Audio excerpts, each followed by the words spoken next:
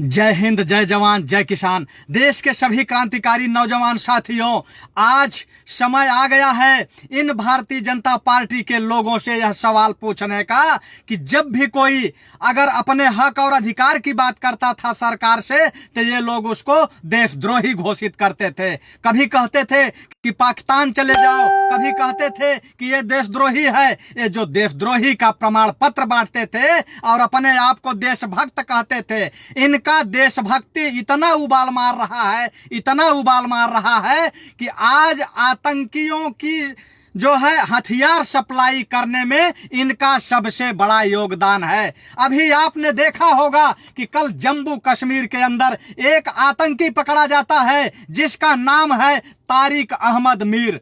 वह तारिक अहमद मीर वह जो है भाजपा का समर्थक है। भाजपा का समर्थक ही नहीं, वह 2014 में जो जम्मू कश्मीर में चुनाव हुआ था, उस चुनाव में भारतीय जनता पार्टी की टिकट लेकर के वहां चुनाव लड़ने का काम किया था। वह कल जो है पकड़ के आया तो पता चला कि वह हिजबुल मुजाहिदीन को हथियार सप्लाई करता था। और उसका जो तार है, वह तार किससे जुड़ा था?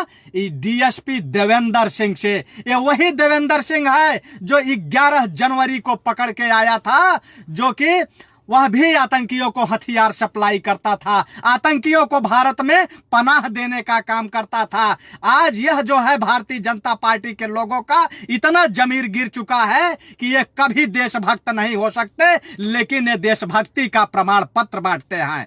ये देशभक्ति का प्रमाण पत्र बांटते हैं। ये लोगों को कहते हैं कि तुम पाकिस्तान चले जाओ। तो इसका मतलब अब समझ में आ रहा है कि पाकिस्तान से इनका रिश्ता क्या हो सकता है। पाकिस्तान से इनका रिश्ता यही हो सकता है कि ये जो है आतंकवादियों को कभी हथियार सप्लाई करते हैं, कभी असलहा सप्लाई करते हैं, कभी आरडीएक्स सप्लाई करते हैं। ये इतने गंदे और घिनौने लोग हैं, ये इतने गंदे और घिनौने लोग हैं। लेकिन आपको क्या कहेंगे कि अगर सवाल पूछोगे कि हमें अनाज का दाम क्यों नहीं मिल रहा है, कहेंगे ये देशद्रोही है। आप कहोगे कि डीजल का दाम क्यों बढ़ गया, तो कहेंगे ये देशद्रोही है। आप कहोगे पेट्रोल का दाम क्यों बढ़ गया, तो कहेंगे तुम पाकिस्तान चले जाओ। लेकिन पाकिस्तान से कनेक्शन इन देशद्रोहियों का है। मैं आपको बताना चाहता हूं कि जो ये संघ के विचारधारा के लोग हैं, इनकी जो विचारधारा या स्थापना हुई थी, इनके आदर्श कौन है? सावरकर।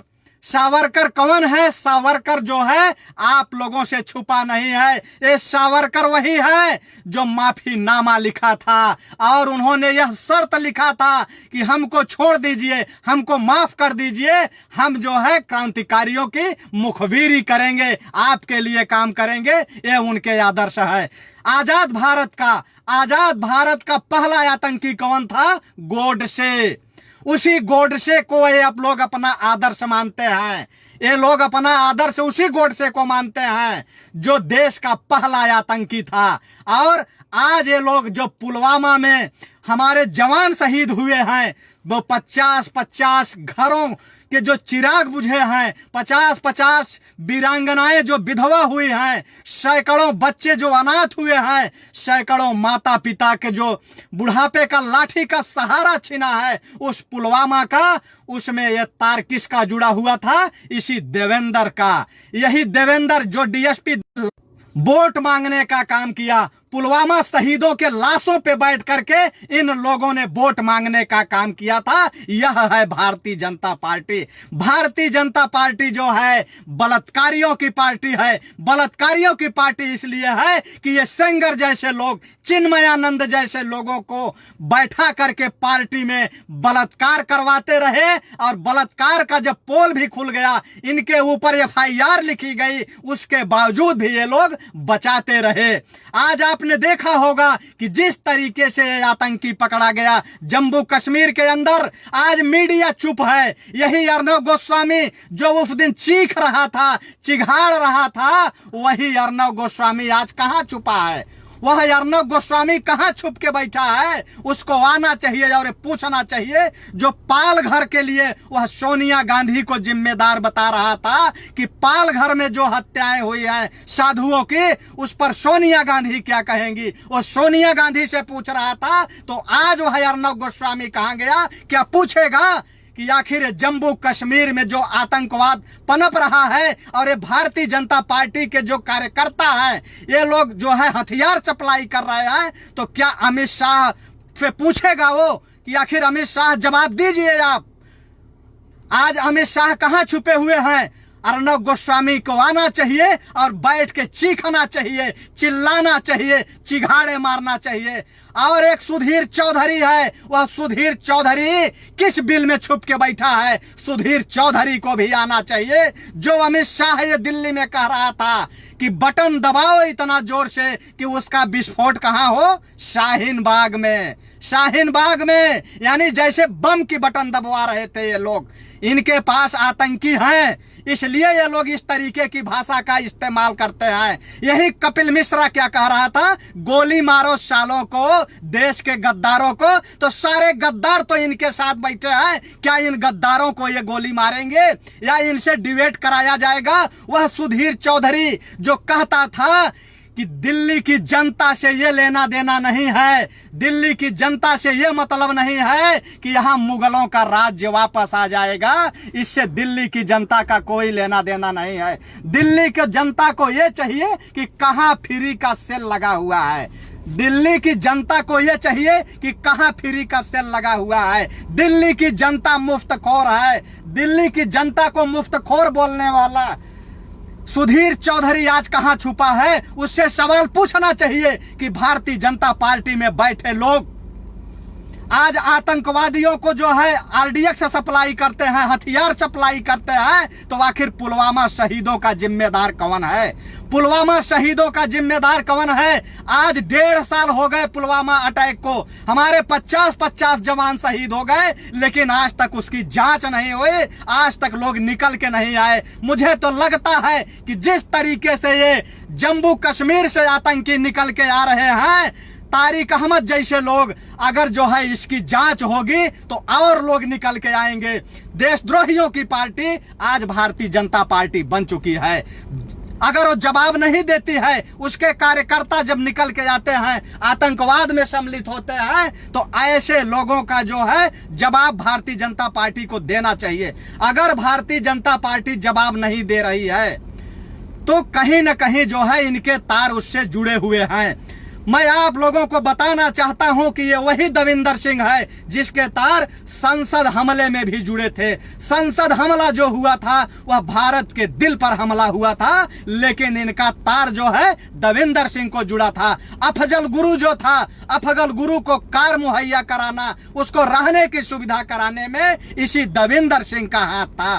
ये वही भाजपाई लोग हैं, ये वही भाजपाई हैं जो आसिफा के बलात्कारियों को बचाने के लिए जम्मू कश्मीर के अंदर तिरंगा झंडे का अपमान किया था, तिरंगा झंडा लहराने का काम किया था। वो भारतीय जनता पार्टी के लोग थे। भारतीय जनता पार्टी के लोग देश की जो आतंकी संगठन है पीडीपी से गठबंधन करके इन्होंने सरकार बनाने का काम किया। उन्होंने सरकार बनाने का काम किया। मैं आप लोगों को बताना चाहता हूं कि ये वही भाजपाई लोग हैं, ये वही भाजपाई हैं जो कि पाल घर में जो हमला हुआ था 2 साधुओं के ऊपर, उसको ये लोग हिंदू मुसलमान में कन्वर्ट करने की पूरी कोशिश कर रहे थे।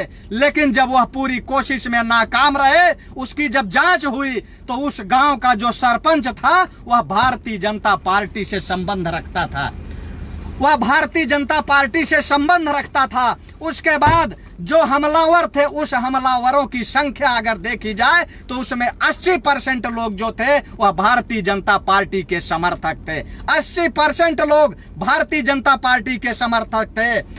पुलवामा जो टेरर अटैक थे उसमें उसके बाद पुलवामा अटैक के बाद जिस तरीके से इनके तार आतंकियों से जुड़ रहे हैं, पुलवामा अटैक के बाद भी आए दिन हर एक हफ्ता नहीं गुजरता हमारे 2, 4, 5 जवान शहीद हो जाते हैं। अभी कल भी हमारे 5 जवान शहीद हुए हैं, कल भी हमारे 5 जवान शहीद हुए हैं, लेकिन टीवी चैनल के लोग उस पर डिबेट कराने की कोशिश नहीं करते हैं कि उसका जिम्मेदार कौन है। गोबर भक्तों के तो पिछवाड़े में आग लग चुकी है। ये गोबर भक्त जो है इनका मुंह काला हो चुका है, ये मुंह दिखाने लायक नहीं है, लेकिन इतने निहंगे हैं, ये इतने बेशरम हैं, इतने बेशरम हैं कि इनके मुंह पे अगर आप लोग कालिक भी पोत दोगे तब भी इन पर कोई असर नहीं पड़ता। जब इनके घरों की इज्जत चिन्मयानंद के बिस्तर पे नीलाम हो रही है, सेंगर के बिस्तर पे नीलाम हो रही है, उसके बावजूद भी इनको शर्म नहीं आ रही है। जितने भी साथी देख रहे हैं, मैं सभी साथियों से गुजारिश करूंगा कि आप लोग इस वीडियो को लगातार शेयर करते रहें, ताकि टीवी चैनल पे आने वाले समय में डिबेट तो नहीं होगा, लेकिन हमारे जो देश के लोग हैं उन पर डिबेट होना चाहिए, बहस होना चाहिए, और भाजपाइयों से ये पूछा जाना चाहिए, यह सवाल पूछा जाना चाहिए कि आखिर तुम्हारे कार्यकर्ताओं का जो तार है वह आतंकियों से कैसे जुड़े हैं। ये वही भारतीय जनता पार्टी है, यही अंधभगत हैं जो अपने आप को ये कहते हैं कि हम जो है देशभक्त हैं, और आपको जो है प्रमाण पत्र बांटते हैं देशद्रोही का। देशद्रोहियों का अगर प्रमाण देखेंगे तो सबसे ज्यादा इन्हीं लोगों में है। अभी हाल में आप लोगों ने देखा होगा कि जब ये चुनाव लड़ रहे थे तो जो छोटा शकील, छोटा राजन था, आतंकी था, उसके गुर्गे को इन लोगों ने टिकट दिया था, उसके गुर्गों को इन लोगों ने टिकट दिया था। तो आज जो है भारतीय जनता पार्टी पूरी तरीके से दंगाइयों की पार्टी बन चुकी है, पूरी तरीके से बलात्कारियों की पार्टी बन चुकी है, आतंकियों की पार्टी बन चुकी है। ये लोग देशद्रोही का, जो देशद्रोही लोग हैं, ये सर्टिफिकेट बांटते हैं।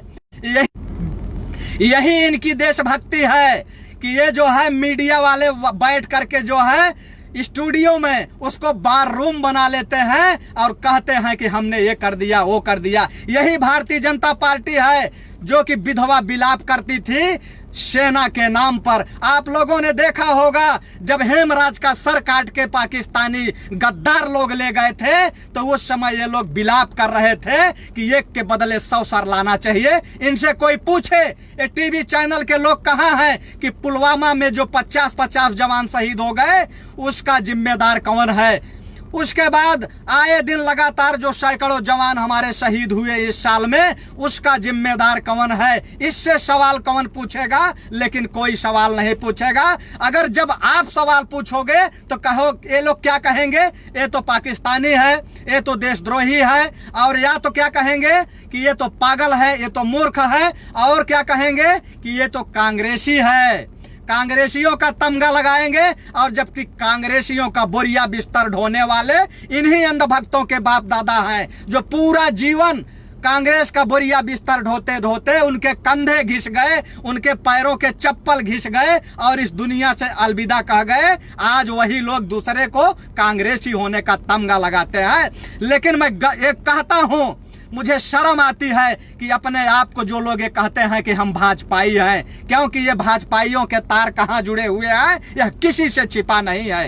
इनके तार हमेशा से जो है देश विरोधी गतिविधियों में ही जुड़ते आए हैं और जुड़ते रहे हैं। ये गोडसे को अपना आदर्श मानते हैं, ये सावरकर को अपना आदर्श मानते हैं, ये गांधी के हत्यारों को अपना आदर्श मानते हैं। तो आप समझ सकते हैं कि ये किस तरीके के लोग हैं, किस कैटेगरी के लोग हैं। लेकिन इनका मुंह बना रहे, इनको शर्म नहीं आती है। इनको चुल्लू भर पानी में नाक रगड़ देना चाहिए कि ये अपने आप को क्या कहते हैं कि हम देशभक्त हैं। देश के साथ गद्दारी करने वाले देशभक्ति का प्रमाण पत्र बांट रहे हैं। शर्म आनी चाहिए इनको, शर्म आनी चाहिए इनको। ये ऐसे लोग हैं कि ये मुगलों के सामने इनके बाप दादा नाक रगड़ते रहे, अंग्रेजों के सामने इनके जो है बाप दादा नाक रगड़ते रहे, और आज ये जो है देश विरोधी ताकतों के सामने नाक रगड़ रहे हैं। शर्म आनी चाहिए इनको, चुल्लू भर पानी में डूब मरना चाहिए।